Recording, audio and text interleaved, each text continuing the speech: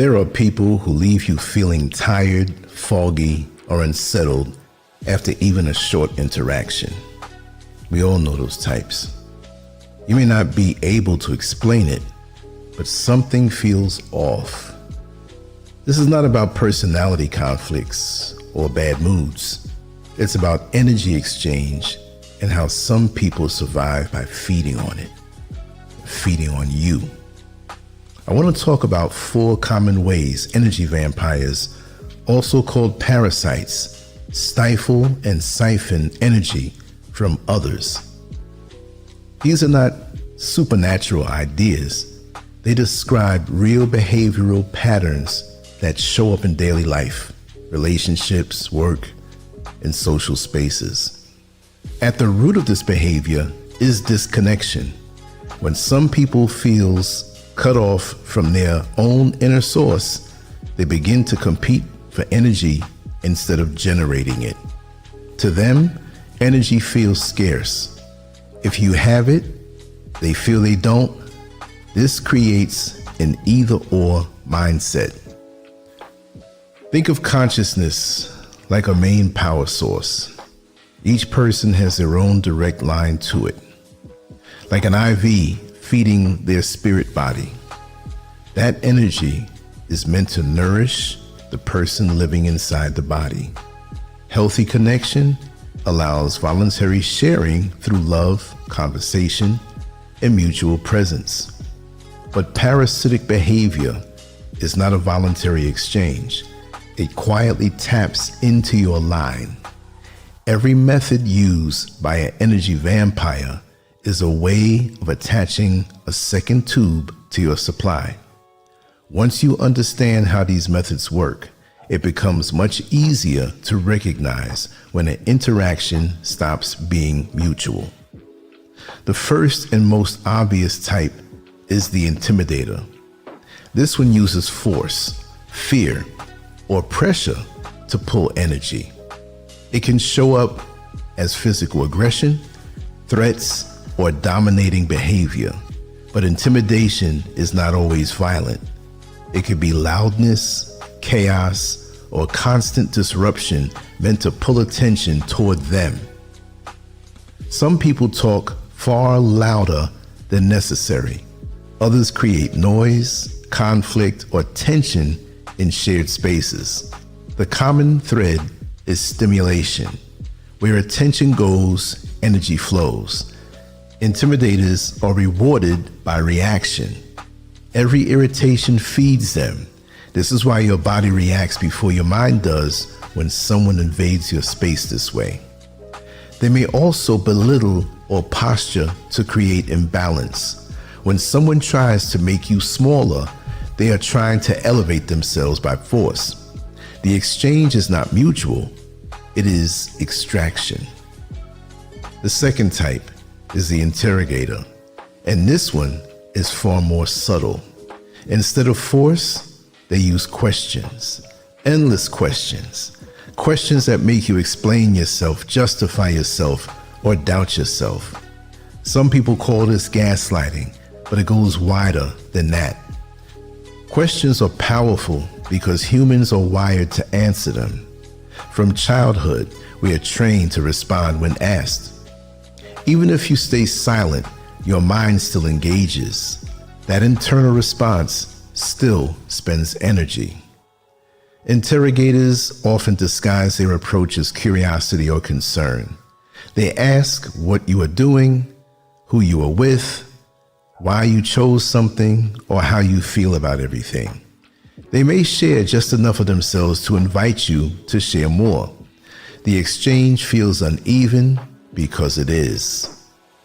After talking with them, you may feel unsettled, like something is unfinished. You may feel a quiet pressure to prove yourself or clarify your position. That lingering pull is the open loop they rely on. The loop keeps your attention tethered to them. The third type, I'd say, is the poor me. This one operates through suffering. Their life is always hard. Something is always going wrong. They retell the same problems again and again with no interest in solutions. When you offer help, they resist it. When you offer perspective, they dismiss it. The goal is not change. The goal is sympathy. Sympathy is attention, and attention is energy. This type often activates the rescuer instinct. You feel responsible. You feel like if you don't listen, no one will. You may feel guilt for wanting distance. Cultural conditioning reinforces this, teaching people to overextend compassion even when it drains them. If you're connected to your inner source, this dynamic feels off. You sense the imbalance, but you may override that instinct out of kindness. Over time, this drains you because the exchange never closes. The story must be retold to keep the energy flowing. The fourth and most difficult type to recognize is the aloof. This one hides in absence instead of presence. They withhold information, clarity, or consistency. They appear detached, mysterious, or unpredictable. This style works by keeping you thinking, wondering, guessing, replaying interactions, filling in gaps. Curiosity, worry, and confusion all generate attention. That attention becomes the feed. The aloof type often breaks patterns on purpose. They disappear, go quiet, or change behavior without explanation. In spaces where connection is expected, especially romantic or emotional ones, this creates emotional noise. The mind starts reaching outward to resolve the uncertainty. This method is especially effective because it looks like independence or disinterest, but in reality, it keeps others mentally orbiting them. Even concern counts as energy. Even confusion counts. This is why people feel frustrated when situations do not unfold as promised. It is not about rejections or ego. It is about realizing the exchange was never mutual. The energy was being pulled without consent. Across all four types, the pattern is the same. They're not feeding on quality. They're feeding on volume. Any attention will do. Positive or negative does not matter.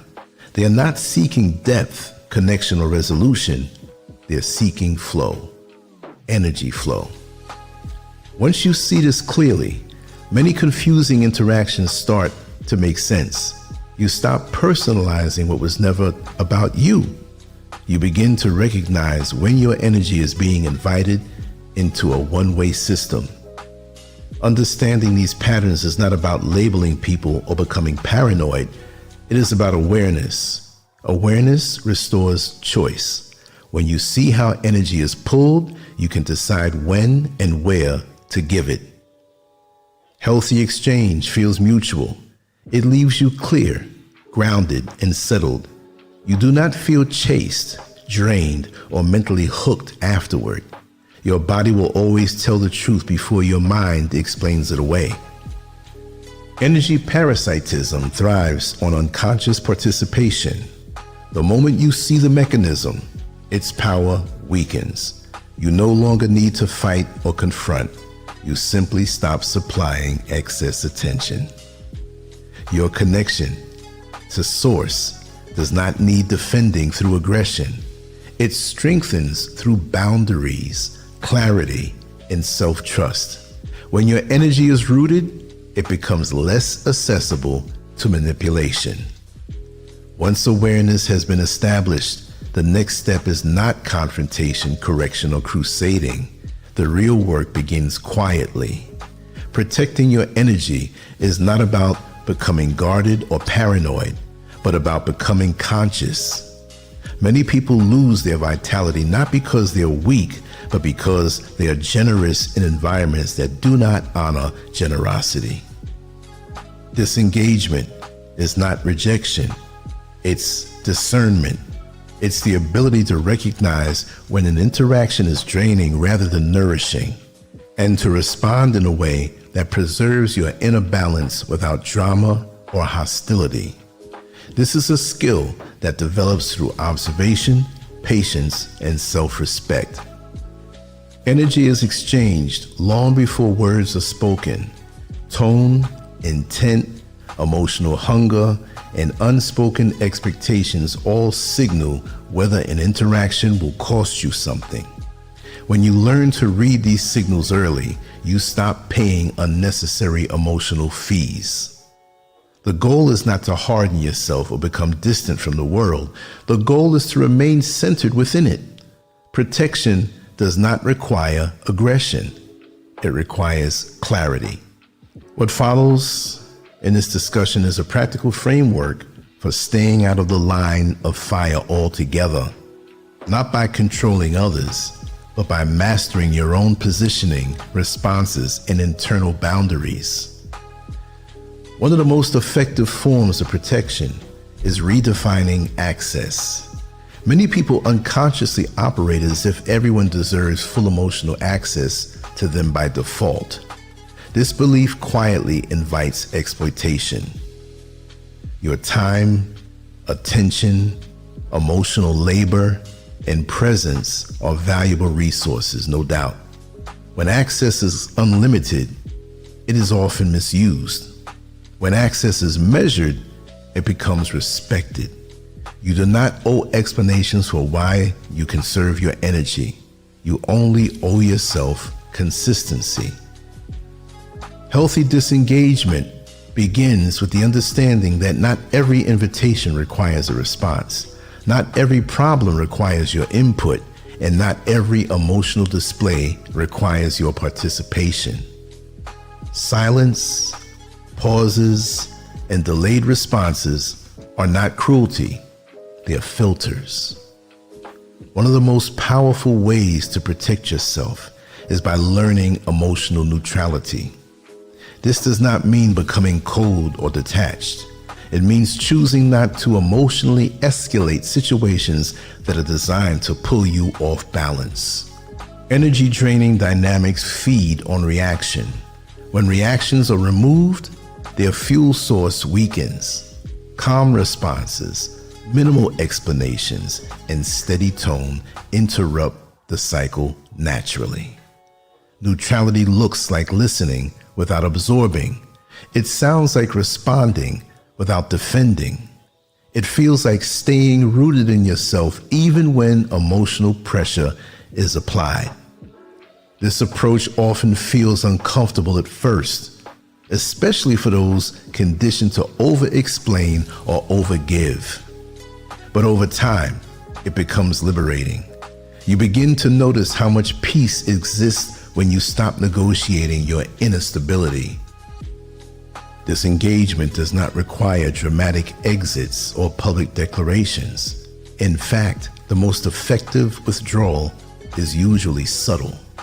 You can reduce frequency, shorten interactions, limit emotional depth, and redirect conversations without ever announcing your intentions. Distance does not need an announcement. It only needs consistency. When you stop offering unlimited availability, certain dynamics naturally dissolve. Some people adjust, others fade. Both outcomes serve your clarity. Protection often looks boring from the outside. Fewer explanations, fewer emotional spikes, more predictability in your own behavior. Stability becomes your boundary. Protection is not only external, it's internal. Many energy leaks happen after interactions end, when thoughts replay, emotions linger, and internal arguments continue long after the moment has passed. Learning to close internal loops is essential. Once an interaction ends, it deserves to stay ended. Rehearsing conversations, replaying offenses, or imagining future conflicts keeps the energetic door open. A simple practice is to mentally return your focus to your body, your breath, or your immediate environment. This anchors you back into the present and interrupts mental drainage. You are not required to carry unresolved emotional residue that does not belong to you. Self-awareness is the most underestimated form of protection. When you understand your own triggers, patterns, and vulnerabilities, fewer people can access them unintentionally or otherwise. Pay attention to when you feel suddenly tired, irritated, guilty, or compelled to explain yourself. These signals often reveal boundary crossings before your mind labels them. Rather than judging yourself for these reactions, use them as information. Awareness converts confusion into clarity. The more grounded you become in your own rhythms and values, the less reactive you are to external pull. You begin responding from intention instead of impulse. One of the most powerful shifts you can make is releasing the need to be understood by everyone. Many draining dynamics survive because of the urge to explain, justify, or correct perceptions. Peace does not require consensus. Clarity does not require validation. When you stop trying to convince others of your sincerity, your intentions, or your worth, you reclaim enormous energy. Your life begins to move with less friction. Disengagement often means allowing misunderstandings to exist without rushing to fix them. This is not weakness, this is maturity. Protecting your energy is not about building walls. It's about cultivating awareness, restraint, and self-respect. When you move with intention, fewer people gain access to what they cannot honor. Disengagement is not avoidance, it's alignment. It's choosing to remain intact in a world that often rewards emotional overextension. As your awareness sharpens, your life naturally becomes quieter, clearer, and more centered. Interactions become more intentional. Your presence becomes more grounded. The greatest protection you can develop is not control over others, but stewardship over yourself. From that place, your energy remains yours, steady, sovereign, and preserved. And let me tell you, following these principles has helped me so much in protecting my energy. And there are many times in my life when I've trusted and walked with my open arms and just never testing the spirit. And it's led to me learning these tactics and techniques, because never again will I go to a gunfight without my own gun. And many times you're invited to a nice banquet or a nice dinner, which is really a gunfight, but nobody ever told you. So it doesn't mean you're paranoid, you're prepared. If you have bug spray in your home, it doesn't mean you have an infestation. It just means that you're prepared that if any bugs enter into your home, you're prepared to extinguish them. And you have all the necessary tools there to get rid of them. The same thing with a fire extinguisher. You don't anticipate, nor do you want fires in your kitchen. But when that oil burns and flies all over the place and there are flames all over the place, you better have that fire extinguisher there. So knowing how to move, knowing how to preserve my energy and redirect it into my creative endeavors, even when negative energy is thrown at me, I have learned to turn it around to benefit me, whether it's thrown at me directly or thrown at me silently through one's thoughts of negativity toward me. Because the sensitivity I have now, I know the sources of energy coming at me, good and bad, and I use it all for good. You see, I'm like a transformer. I'm like a person who can take the positive energy that you give me and use it for positive. Or I can take the negative energy, the bad thoughts, the gossip, all of that stuff, and turn it around to something positive, because I know and I have sworn and declared that nothing will stop me from being me and me from manifesting the gifts that my Creator gave to me so I can fulfill my destiny. Once you center in on that and realize that's what it is, it's like a football player who has the ball and all the other team is running after you to stop you from making the goal, or the touchdown. I'm going to make that touchdown. Sometimes in certain plays, they may knock you down, but once you learn the strategy, you learn the game, and you learn the rhythm, it's all over. So right now, at this particular junction point of my life, I am the most focused. I'm moving in a happy energy, and I see long over the horizon what comes at me to take me off of that goal and that track and trajectory. And it won't happen. Sometimes we are early bloomers and we learn a lot of things early, and I've learned a lot of things early. And I must also say, I'll always say it, thank the Creator for the parents He's provided me with. They're both going on now to the next level of transition, but everything they taught me stayed. It was only me being nice, or only me not following the rules of what I learned, that has left me open for other people to covertly try to derail me, you see? And again, like I said earlier, it's not about walking around paranoid. No, you want to walk around aware. And there are some people out here who do not want to see you succeed. They don't like you being you. They want to be you. They want your gifts. They want your attention, and they want to keep you from it. They want to destroy you. They want to uproot you. You see what I mean? That's like a person who doesn't want a tree to grow in another person's yard, and so they put some type of poison at the root, but they'll come the next day and help that person water the plant, like they really want that plant to grow. Be careful who you have near you. Be careful of who gets to know your rhythm and how you think and what you're all about, because once they can understand that and understand your rhythm, you are giving them the blueprint on how to derail you. There are a lot of energy vampires that don't want to do their own work, and they damn sure don't want to see you do your own work that's successful in manifesting yourself to the next level. I had to say this today, so-called the first day of the year, which we know that spring is the true new year. Yeah. This dead time of the year, snow, cold, different things. It's spring.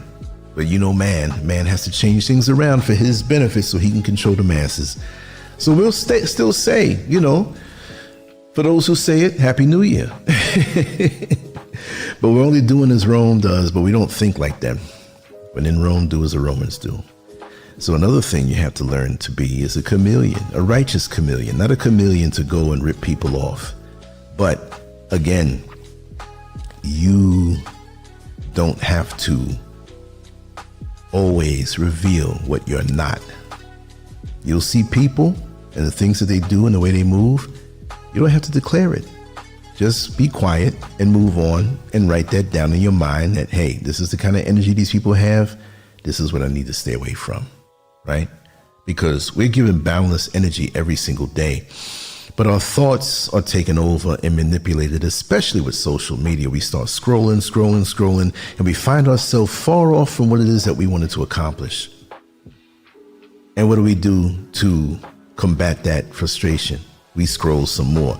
Yes, you're going to do it. Find worthwhile stuff online that can benefit you and benefit your life. If it's not benefiting you, if it's keeping you stuck, like a car in a mud hole that the tires are spinning and it can't move.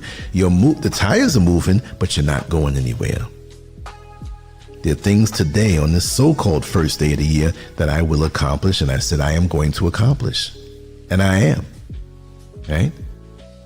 And I feel good about that. And I am so protected. I'm going to make sure to put even more layers of protection over me because I got good stuff to do. You got good stuff to do. Don't let anybody stop that. Don't allow you not knowing how the tactics of the energy drainers work against you. Because you were put here to do wonderful, powerful, positive things. If you're moving in a different lane, I don't know what to tell you, but I can't rock with you. if you're moving in a different lane. And this is why on this platform, which I am glad the old platform was taken down, this new one here, it's been around from February 2024, is all about a whole different thing. And I don't have any monkeys on my back weighing me down, making my legs tired, so to say. You gotta clean house. Don't bring the trash from 2025 into 2026. Leave the trash behind. If you detect funny attitudes, funny quirky statements, any type of thing that doesn't feel right, leave it behind. You don't go into a shoe store and try on shoes and say, okay, these 3 pair of shoes fit, but I'm gonna leave them behind. I'm gonna take all the shoes that don't fit. No, you only wanna keep what fits. People are so good at saying wonderful words, and all they wanna do is infiltrate your reality, destroy it, dismantle it. You will find good people. They will come to you and they will follow protocol. But you have to test the spirit. You have to use discernment. And just like my mother and father used to say, you'll go a whole lifetime and not have a whole handful of friends that you can count on your fingers. 3 or 4, 2, 1 if you're lucky, right? Some of us have more.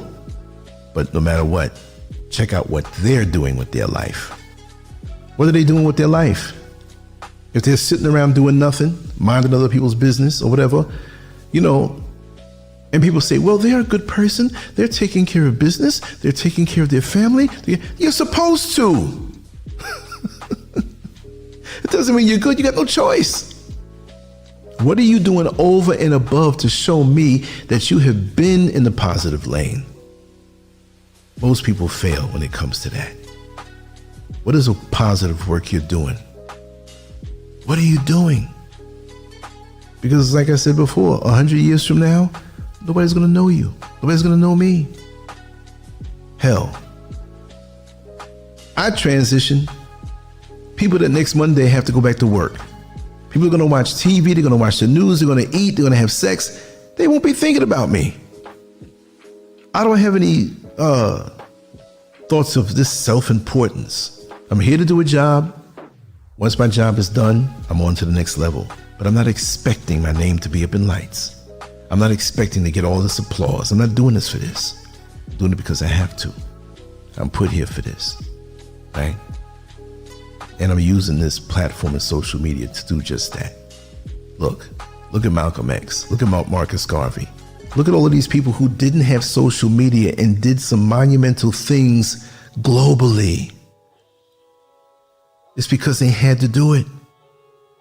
Now, any old fool can sit in front of a camera and yap, yap, yap and put on a costume and sound a certain way and lie to the world and lie to themselves. Where's the consistency? Well, yeah, there's a lot of consistency in being a fool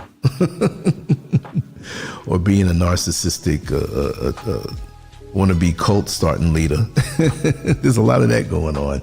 And so many people are looking to be led. That's the thing. Stop being a follower, right? That's the lingo of social media. And we say, oh yeah, I follow him. I understand that. But really and truly, if you follow somebody on social media, let it be where they're giving you something in your life so you can be the leader in your life. They don't mind breaking bread with you, whether they know you or talk to you or not directly, to boost you in a good way. And not just to be somebody who's seeking attention. That's what it's all about. Protect your energy, y'all. Protect your energy at all times. Understand the tricks of the enemy who smiles in your face and only wants your resources, no matter how they can get it. Start the year off right. Do your gut check. Do your house cleaning. Don't bring the 2025 trash into 2026. Watch these energy vampires. They're there. And they're salivating, waiting for a whole entire year, one more year, another year, to suck from you what is so precious, and that's your life force. I hope you enjoyed this. I enjoy talking to you.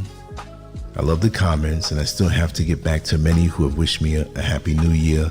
Don't think that I ignored you. I'm here, but it's a whole lot between text messages and emails. The comments are the least of them, but I'll take time. It may not be till February when I get through everything. Much love to you all. I got a few things I got to do, and I'll be back today. And LANCESCURV out. Peace always.